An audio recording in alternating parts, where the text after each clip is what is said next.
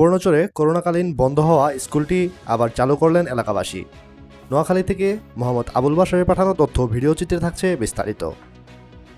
নোয়াখালীর সুবর্ণচর উপজেলার চৌরআবদা ইউনিয়নের ৪ নং ওয়ার্ড হাবিবুল্লাহ বাহার দোকান সংলগ্ন চৌরআবদা বেসরকারি প্রাথমিক বিদ্যালয় ২০২০ সালে মহামারী করোনা ভাইরাসের কারণে বিদ্যালয়টি বন্ধ হয়ে গেলে ছাত্রছাত্রীগণ বিভিন্ন শিক্ষা প্রতিষ্ঠানে চলে যান।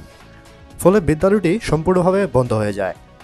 দীর্ঘ ৫ বছর পর বিদ্যালয়টি পুনঃপ্রতিষ্ঠার লক্ষ্যে এলাকাবাসীর উদ্যোগে ২০ ডিসেম্বর শুক্রবার বিকেলে অত্র বিদ্যালয় মাঠে আলোচনা সভা অনুষ্ঠিত হয়।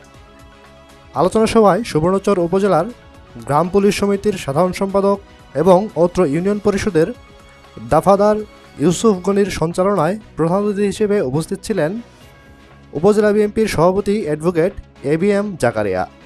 বিশেষ অতিথি হিসেবে উপস্থিত ছিলেন উপজেলা বিএনপির সহসভাপতি ইসমাইল হোসেন, বিশিষ্ট সমাজসেবক আকবর হোসেন প্রমুখ। আরও উপস্থিত ছিলেন স্কুলের শিক্ষক মণ্ডলী, ছাত্রছাত্রীবৃন্দ এবং এলাকার গণ্যমান্য ব্যক্তিবর্গ। আর তাদের জীবনটা ধ্বংস দিই, কারণ আমরা স্কুল মাদ্রাসাতে আমরা স্কুলে পড়ছি যে আমরা কি নামাজ কালাম পড়ি না। আমি সিএসসি করেছি, আমি আবার আয়কর আইনজীবী হিসেবে আছি।